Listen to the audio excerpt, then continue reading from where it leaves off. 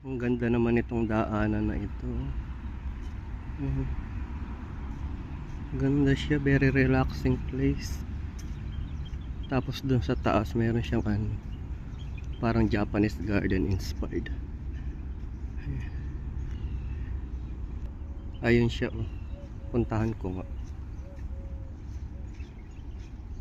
Ang ganda rin, oh. Ay saglit, may mga kalapati dito.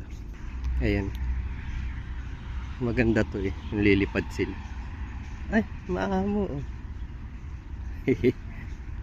Ala, in-ignore lang ako. Sorry. Ayan, puntahan natin yung pavilion ba tawag dyan.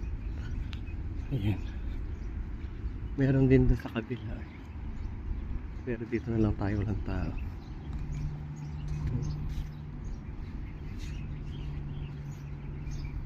Ganda. Ayun yung mga orange na bulaklak.